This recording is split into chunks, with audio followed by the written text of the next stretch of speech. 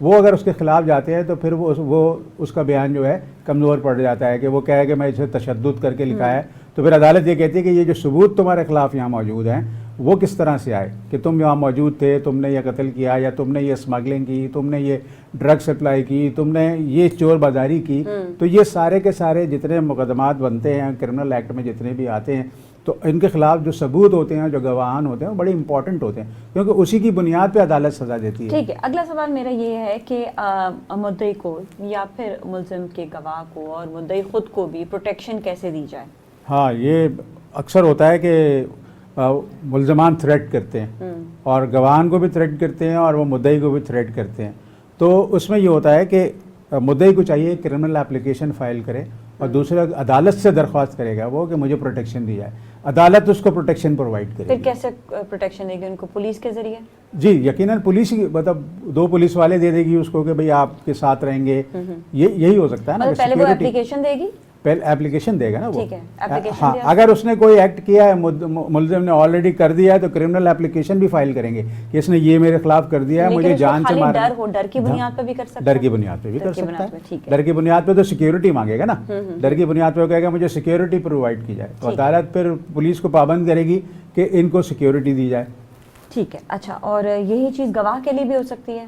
جی بالکل ہو سکتی ہے. گواہ بھی پھر عدالت میں کہ اپلیکیشن دے گا کہ جی مجھے مارنے کی دھمکی دی ہے یا مجھے جان سے مار دینے کا ڈر ہے تو مجھے بھی پروٹیکشن دی جائے. اچھا, صرف پروٹیکشن جو ہے وہ یہیں تک ہی رہ جاتی ہے یا پھر ایسا بھی ہوتا ہے کہ ان کے جو گواہ ہیں ان کے فونز وغیرہ پر بھی جو ہے وہ ذرا سا نظر رکھی جائے کہ ایسا نہ ہو, اور ان کے فیملی والوں پر بھی ہوتا ہے کہ ایسا نہ ہو کہ کوئی اثر و رسوخ والے لوگ ہوتے ہیں, ایسا نہ ہو کہ ان کے فیملی ممبر کو کسی کو جو ہے وہ خطرہ ہو.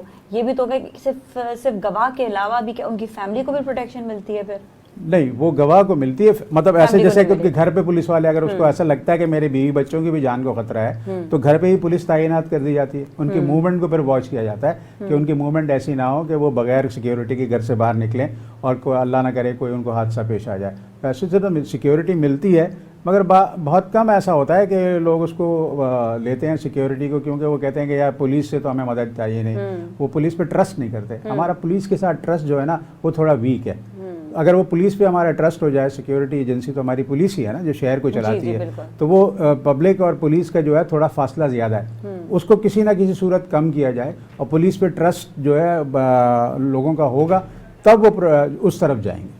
ٹھیک ہے, صحیح ہے. اچھا, اس میں ایک اور سوال یہ بھی آتا ہے کہ اگر ایسا ہو جائے کہ کوئی بھی ثبوت جو ہے جس طرح اس کو مٹانے کی کوشش کی جائے تو اس کے حوالے سے کیا ہوگا؟ کہ ثبوت کے لیے بھی کوئی پروٹیکشن ہے کہ ان کو کہیں جو ہے مطلب جس طرح اگر کوئی ایریا ہے تو اس کو بھی پروٹیکٹ کر دیا جاتا ہے؟ بعض صورتوں میں سیل کر دی جاتے ہیں, جیسے جس جگہ پر وہ واردات ہوئی ہے کہ کوئی فلیٹ ہے تو اس کو پولیس جو ہے وہ سیل کر دیتی ہے کہ بھائی اس کے اندر کوئی جائے نا. اس میں سے بہت ساری چیزیں ایسی ہوتی ہے, فرانزک ڈپارٹمنٹ آتا ہے, وہ چیک کرتا ہے کہ وہاں سے اس کو فنگر پرنٹس مل جائیں, وہاں سے اس کو اور کوئی ایسی چیز مل جائے. ٹھیک ہے, مزید ہم ثبوت کے حوالے سے بات کریں گے کیونکہ بہت سارے ایسے ثبوت ہیں جن کی پروٹیکشن کی ضرورت ہوتی ہے. جائیں گے بریک کی جانب, بریک کے بعد واپس آئیں گے اور اسی ٹاپک پہ بات کریں گے. آپ ہمارے ساتھ ہی رہیں.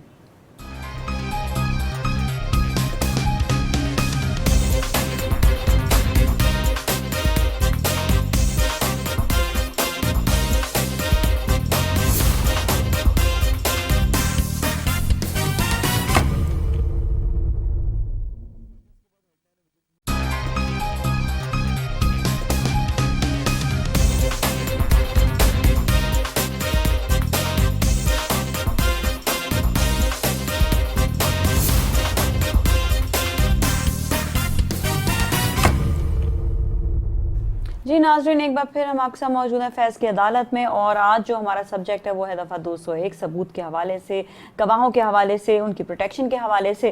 اور ہمارے ساتھ ایڈوکیٹ ہائی کورٹ موجود ہیں روشن ضمیر صاحب. ہم کنٹینیو کریں گے. ہم بات کر رہے تھے بریک سے پہلے کہ جو گواہ ہوتے ہیں ان کی پروٹیکشن کیسے ہوتی ہے, لیکن اور اس کے ساتھ ساتھ ثبوت کی پروٹیکشن جو ہے وہ کیسے کی جاتی ہے. ایک تو ایڈوکیٹ صاحب کے ثبوت جو ہے وہ تو جو واردات ہے وہاں پر اس کو پروٹیکشن مل گئی, لیکن ایک کاغذی ثبوت بھی ہوتا ہے, اس کے لیے کیا کیا جائے؟ ثبوت کی بہت ساری نوعیت ہے. دیکھیں, گواہ بھی ایک ثبوت ہے, ٹھیک ہے نا. اسی طرح اس میں یہ ہوتا ہے کہ کوئی ویپن ہے وہ ایک ثبوت ہے, وہ مال خانے میں جمع ہو گیا یا پولیس نے اپنے پاس جمع کیا کہ آلہ قتل ہمارے پاس ہے. ٹھیک ہے. اسی طرح اگر کسی نے ہیروئن سپلائی کی ہے تو پتہ چلا 10 کلو ہیروئن ملی ہے تو وہ پولیس کے قبضے میں ہوتی ہے جب تک کہ وہ مقدمہ ختم نہ ہو جائے, کہ وہ یا تو وہ مالخانے میں جائے گی یا پھر پہلے عدالت دیکھے گی اس کو اور اس کے بعد کرے گی.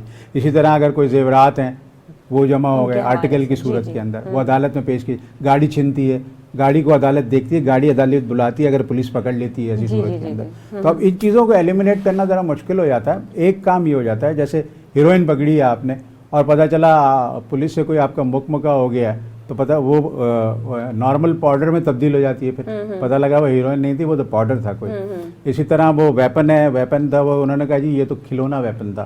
تو وہ مینیپولیشن جو ہوتی ہے پھر اس لیول کے اوپر ہوتی ہے. ٹھیک ہے. ورنہ تو پروٹیکشن پھر کیسے ہوگی؟ یہ پروٹیکشن بھی تو ضروری ہے. اس کی پروٹیکشن پولیس کی ذمہ داری ہے نا, پولیس کی ذمہ داری ہے. پولیس عدالت ان کو وارن کرتی ہے. ثبوت کیسے اس کے ملے گی کہ یہ مدعی کا جو ثبوت ہے وہ جو ہے وہ پھر وہ ایک نئی پروسیڈنگ والی بات ہوگی نا کہ ثبوت کہاں سے مہیا کرے گا وہ مدعی کہاں سے, مدعی کیسے ثابت کرے گا کہ میں نے یہ چیز دی تھی اور یہ نہیں ہے وہاں, اور ملزم یہ والی بات. ہاں وہ کہتا ہے جی ملزم, وہ کہتا ہے جی مدعی یہ کہتا ہے کہ اس کے پاس پستول تھی, اس نے میرے سے ڈکیتی کی. اب وہ کہتے ہیں کہ جی پستول تو تھی مگر وہ نکلی تھی.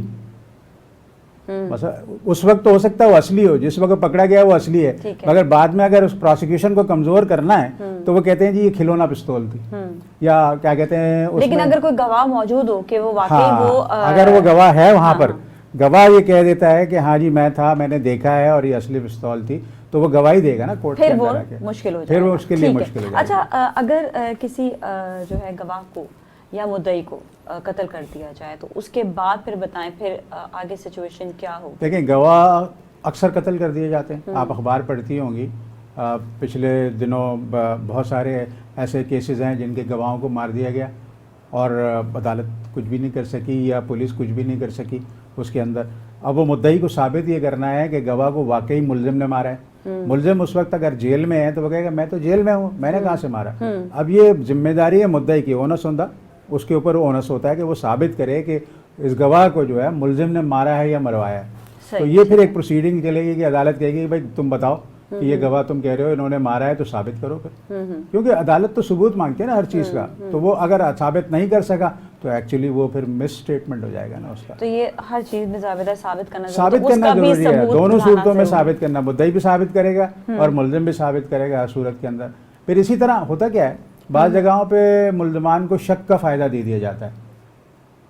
اس میں یہ ہوتا ہے کہ جیسے آپ نے وہ پچھلے دنوں دیکھا ہوگا کہ کسی ایم این اے نے اور وہ ایک ٹریفک سرجنٹ کو مار دیا اور گاڑی لے کے چلا گیا, عدالت نے اس کو بری کر دیا شک کی بنیاد پہ کہ وہ جی پوری طرح سمجھ میں نہیں آ رہا تھا اور وہ دکھائی نہیں دے رہا تھا اور پورا اس کا چہرہ نہیں تھا اور فلاں نہیں تھا. تو وہ کیا کرتے ہیں, اس کا شک کا فائدہ جو ہے ملزم کو دے دیتے ہیں. تو وہ اس صورت میں بھی بری ہو جاتا ہے کہ بھائی آپ نے ثابت نہیں کیا, آپ نے کہا تھا یہ آدمی ہے, بھائی یہ آدمی تو نہیں تھا, یہ آدمی ہے. تو وہ آدمی بھی چینج ہو جاتے ہیں وہاں پہ. تو وہ عدالت دیکھتی ہے کہ شک کا فائدہ کس کو دیا جاتا ہے, ملزم کو دیا جائے, مدعی کو. تو ملزم کو ہی دیا جاتا ہے اکثر, کیونکہ ملزم کے خلاف پروسیکیوشن ہو رہی ہوتی ہے نا, اس کو سزا سے بچانے کے لیے وکیل جب کوشش کرتے ہیں کہ جی یہ وہاں پہ موجود نہیں تھا, اس کے خلاف کوئی گواہی نہیں ہے, یہ تو اس وقت وہاں موجود تھا. تو جب تک آپ ثابت نہیں کریں گے تو وہ کیس. اچھا اگر ثابت ہو جائے تو پھر سزا کیا ہوتی ہے؟ ہاں یہ ثابت ہو جائے تو ڈیپینڈ کرتا ہے جرم کی بنیاد پر ہے نا. قتل میں تو آپ سزائے موت بھی ہو سکتی ہے اور عمر قید بھی ہو سکتی ہے, دونوں صورتوں میں 10 سال قید بھی ہو سکتی ہے, 7 سال قید بھی ہو سکتی ہے, جرمانہ بھی ہو سکتا ہے. مطلب مختلف سزائیں ہیں مختلف لیول کے پر, جرائم کی بنیاد پر ڈیپینڈ کرتا ہے جرم کیسا ہے. کاغذی ثبوت ہو یا کوئی ویپن ثبوت ہو. ہاں تو ایسی صورت کے اندر بھی ہے. 13D کا جو کیسز ہم بناتے ہیں کہ جی وہ ریوالور اس سے ثابت ہوا تو 7 سال کے لیے تو اندر چلا ہی جاتا ہے نا. کہ اگر وہ ثبوت جو مٹانے کی کوشش کی جائے اور وہ پکڑا جائے, کاغذی ثبوت کو بھی کسی نے وہ بھی کرمنل ایکٹ ہے نا, تو اس میں کیا, وہ بھی کم سے کم 3 سال, کم از کم 3 سال 7 سال ڈیپینڈ کرتا ہے. جرمانہ بھی. لیکن اور اگر کنائیونس ہوتی ہے, بعض جگہ ایسی کنائیونس ہوتی ہے کہ جو جرم میں کنائیونس کر دیا آپ, جیسے آپ نے ذوالفقار علی بھٹو صاحب کو پھانسی چڑھا دیا, تو اس میں کیا تھا, انہوں نے خود تو نہیں قتل کیا تھا, انہوں نے کہا جی ان کے حکم پر ہوا. تو ایسی صورت کے اندر بھی ہوتا ہے کہ وہ کہتے ہیں جی ملزم کہتا ہے ملزم کہ میرے کو تو انہوں نے کہا تھا یا انہوں نے پیسے دیے یا انہوں نے مجھے ہائر کیا, یا فلاں آدمی کو ہوتا ہے کہ جی ملزم کو آپ نے اپنے گھر پہ رکھ لیا, ملزم کو آپ اپنی گاڑی میں لے جا کر وہاں تک چھوڑ کر آئے, تو وہ کنائونس ہو جاتی ہے. اوکے جی, تھینک یو سو مچ, بہت بہت شکریہ شمع تشریف لانے کا. اور اس کے ساتھ ہی ناظرین آج کے لیے اتنا ہے. ہمارے چینل ضرور سبسکرائب کیجیے گا اور ہمارے شو کو آپ لائک بھی کریں اور شیئر بھی کریں. اس کے ساتھ ہی نازیہ ملک اور ٹیم کو دیجیے اجازت. اللہ حافظ.